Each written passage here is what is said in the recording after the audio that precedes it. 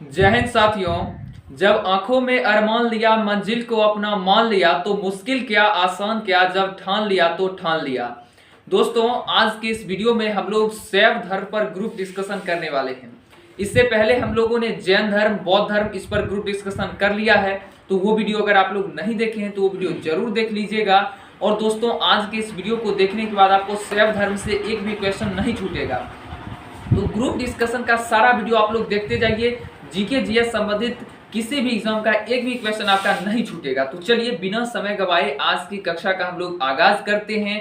तो क्या आप लोग रेडी हैं? Yes. चलिए सबसे पहले एक एक करके सभी आदमी बताइएगा। आप बताइए सबसे पहले कि भगवान शिव की पूजा करने वाले को क्या कहा जाता है? शैव। शैव कहा जाता है, बिल्कुल सही बात है। और शिव से संबंधित धर्म को क्या कहा जाता है? शैव धर्म कहा जाता है। शैव धर्म कहा जाता है। चलिए बिल्कुल सही बात है। आप बोलिए शिवलिंग उपासना का प्रारंभिक पुरातात्विक साक्ष्य जो है वो कहां से मिला है, किस संस्कृति से? हड़प्पा संस्कृति से मिला है। चलिए बिल्कुल सही बात है। देखिए दोस्तों, शिवलिंग उपासना का जो सबसे प्रथम प्रमाण जो है वो हड़प्पा संस्कृति से मिला है।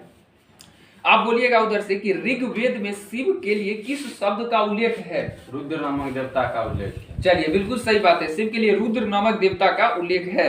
आप बोलिएगा कि अथर्ववेद में शिव को क्या कहा जाता है? भव सर्व भूपति पशुपति। चलिए बिल्कुल सही जवाब है इनका। आप बोलिए लिंग पूजा का पहला स्पष्ट वर्णन किस पुराण में मिलता है? मत्स्य पुराण में मिलता है। चलिए बिल्कुल, देखिए दोस्तों, लिंग पूजा का पहला स्पष्ट वर्णन मत्स्य पुराण में मिलता है। और संस्कृति पूछेगा तो हड़प्पा संस्कृति से मिलता है।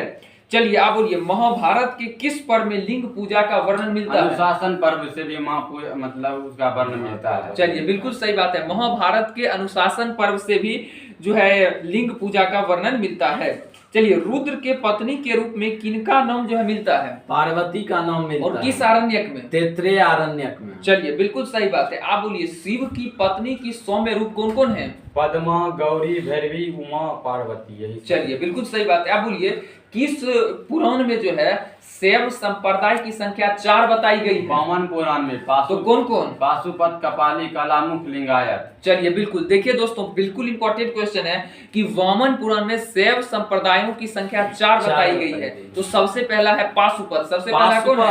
पाशुपत। दूसरा कौन है? कपाली। तीसरा क्या है? कालामुख। और चौथा क्या है? लिंगायत। चलिए तो चलिए आप बताइएगा कि जितने भी ये 4 संप्रदाय हैं तो इसमें सबसे प्राचीन संप्रदाय कौन सा है? पाशुपत संप्रदाय। पाशुपत संप्रदाय है। तो पाशुपत संप्रदाय के संस्थापक कौन है? लकुलिश थे जो लकुलिश। हाँ बिल्कुल। तो भगवान के 18 अवतारों में से एक अवतार माना जाता है। चलिए बिल्कुल, देखिए चारों संप्रदायों में जो था पाशुपत संप्रदाय सबसे प्राचीन है, जिसके संस्थापक लकुलिश थे। और ये जो है भगवान शिव के 18 अवतारों में से एक इन्हें माना जाता है। चलिए आप बताइए पाशुपत संप्रदाय के अनुयायियों को क्या कहा जाता था? पंचतार्थिक कहा जाता था। बिल्कुल, पंचार्थिक कहा जाता था। आप बोलिएगा कि इस मत का प्रमुख सैद्धांतिक ग्रंथ का क्या नाम था? पाशुपत ग्रंथ, पाशुपत सूत्र। चलिए बिल्कुल सही बात है। तो बोलिएगा इसके जो एक विख्यात आचार्य थे उनका क्या नाम था? श्रीकर पंडित। बिल्कुल, देखिए पाशुपत संप्रदाय का जो है वो सबसे महत्वपूर्ण ग्रंथ पाशुपत सूत्र है। और श्रीकर पंडित एक बहुत बड़े जो विख्यात जो है पाशुपत आचार्य हुए थे। चलिए आप बोलिएगा कि कापालिक संप्रदाय के इष्ट देव जो थे वो जो है कौन थे? भैरव थे। बिल्कुल, भैरव थे। तो आप बोलिएगा कि इनका इस संप्रदाय का जो प्रमुख केंद्र था वो किस स्थान पर था? श्रीशैल नामक स्थान पर था। चलिए बिल्कुल, श्रीशैल नामक स्थान पर पड़ता है, जो कि महाराष्ट्र में। ठीक है, चलिए बहुत ही ज्यादा अच्छा। आप बोलिएगा कि कालामुख संप्रदाय के अनुयायियों को शिव पुराण में क्या कहा गया है? महाव्रतधर कहा गया है। महाव्रतधर कहा गया है। तो इस संप्रदाय के लोग की क्या विशेषता था, क्या काम करता ये था? नर कपास में ही भोजन करते थे, एकदम सुरार करते थे और अपने शरीर पर चिता भस्म लगाते थे। चलिए बिल्कुल सही बात है। आप बोलिएगा कि शून्य संपादनीय जो है, अच्छा इससे पहले ये देख लेते हैं कि बताइए कि लिंगायत संप्रदाय जो था वो कहां पर प्रचलित था? दक्षिण भारत में प्रचलित था। जिन्हें डैश कहा जाता था? जिन्हें मतलब जंगम कहा जाता था। बिल्कुल, देखिए लिंगायत संप्रदाय जो था दोस्तों वो दक्षिण भारत में प्रचलित था और इन्हें जंगम के नाम से जाना जाता था। ठीक है, और इस संप्रदाय के लोग जो है वो किनकी उपासना करते थे? शिव की उपासना शिवलिंग की उपासना करते थे। किसकी उपासना करते थे? शिवलिंग की उपासना करते थे। चलिए बोलिएगा कि शून्य संपादनीय जो है वो किसका एक प्रमुख ग्रंथ है? लिंगायत संप्रदाय का। चलिए बिल्कुल, लिंगायत संप्रदाय का एक जो है प्रमुख ग्रंथ जो है वो शून्य संपादनीय है। चलिए आप बोलिए कि किस पुराण में लिंगायत संप्रदाय के प्रवर्तक जो है वो अल्लभ प्रभु तथा उनके शिष्य वासव को बताया गया है? तो वत्सव पुराण पुराण में। में। किस पुराण में? वत्सव वत्सव पुराण पुराण में। में। और इस संप्रदाय को डैश संप्रदाय भी कहते हैं, वीर वीर सिंह सिंह संप्रदाय के संप्रदाय नाम से भी जाना संप्रदाय जाता कहते है। हैं। चलिए बहुत ही ज्यादा अच्छा। अच्छा, वासव और उनका भतीजा जो चन्ना वासव था वो कर्नाटक के कलचुरी राजधानी में राजधानी में रहता रहता था और जैनों के साथ उनका कठिन संघर्ष कठिन हुआ, संघर्ष हुआ। और जिसके जाति बाद पाति उन्होंने विरोध किए। मत की स्थापना की, जाति प्रथा का कड़ा विरोध किया, प्रीति भोज हो गया, तीर्थ यात्रा बलि प्रथा को स्वीकार कर दिया, बाल विवाह का भी विरोध किया और विधवा विवाह की इन्होंने क्या दी? अनुमति दी। तो ये भी इंपॉर्टेंट है। आप बोलिएगा इधर से शुरुआत करते फिर से कि 10वीं शताब्दी में किसने जो है नौथ संप्रदाय की स्थापना की? मत्स्येंद्र नाथ ने। चलिए बिल्कुल, बहुत ज्यादा इंपॉर्टेंट क्वेश्चन है दोस्तों। नौथ संप्रदाय के संस्थापक कौन थे? तो मत्स्येंद्र नाथ थे, जो 10वीं शताब्दी में जो है ये काम किए थे। चलिए बोलिए, इनका व्यापक प्रचार प्रसार नौथ संप्रदाय का जो किनके समय में हुआ था? बाबा गोरखनाथ के समय में। चलिए बिल्कुल, बाबा गोरखनाथ के समय में हुआ था। बोलिए, गोरखनाथ ने वर्ण व्यवस्था तथा ब्राह्मण के विशेषाधिकारों की आलोचना की थी। तो उनके द्वारा प्रतिपादित जो सिद्धांत है वो क्या कहलाता था? तंत्र कहलाता था। तंत्र कहलाता था, बिल्कुल। और तंत्र जो है इसकी सदस्यता बिना जाति भेद के सबके लिए मिली थी, यानी कोई भी जाति धर्म के लोग जो है वो तंत्र में शामिल हो सकते थे। चलिए, दक्षिण भारत में जो है वो शैव धर्म को मानने वाले जो है, मतलब किनके समय में दक्षिण भारत में शैव धर्म फेमस रहा था? राष्ट्रकूट, चालुक्य, पल्लव और चोलों के समय। चलिए बिल्कुल, राष्ट्रकूट हो गया, चालुक्य हो गया, पल्लव हो गया और चोलों के समय दोस्तों ये जो है था शैव धर्म बहुत ही फेमस रहा था। चलिए, पल्लव काल में भी शैव धर्म का प्रचार प्रसार किया गया था, किसके द्वारा? तो नैनारों के द्वारा, नैनारों के द्वारा। चलिए बोलिए, नैनार संतों की संख्या कितनी थी? 63 थी। चलिए बिल्कुल, नैनार संतों की संख्या 63 बताई गई है दोस्तों, ये भी बहुत इंपॉर्टेंट है। और जिनमें कुछ आदमी का नाम बताइए।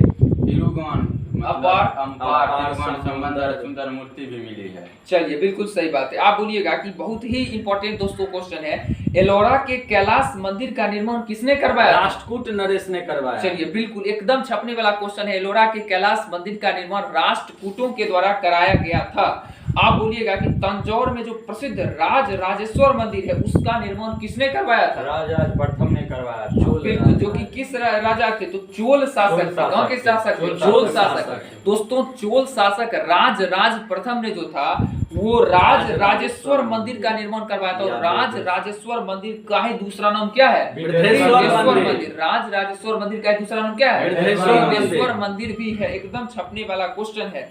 चलिए, आप उधर से बोलिएगा कि कुषाण शासकों की मुद्राओं पर जो है किनका किनका अंकन प्राप्त होता है? शिवजी और आनंदी का अंक मिलता है। चलिए बिल्कुल सही बात है। चलिए, पशुपतिनाथ मंदिर के बारे में थोड़ा जानकारी दीजिए।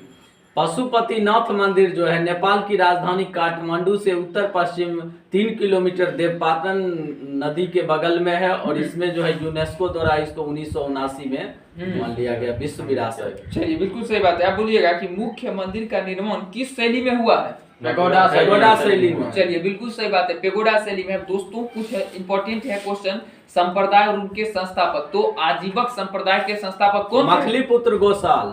घोर और क्रियावादी संप्रदाय के संस्थापक कौन हुए? पूरन कश्यप। बिल्कुल, पूरन कश्यप। देखिए, आजीवक कहेगा तो मखलीपुत्र गोसाल हो जाएगा। घोर अक्रियावादी पूरन कश्यप। चलिए, यदृच्छयावाद का कौन था? आचार्य अजीत।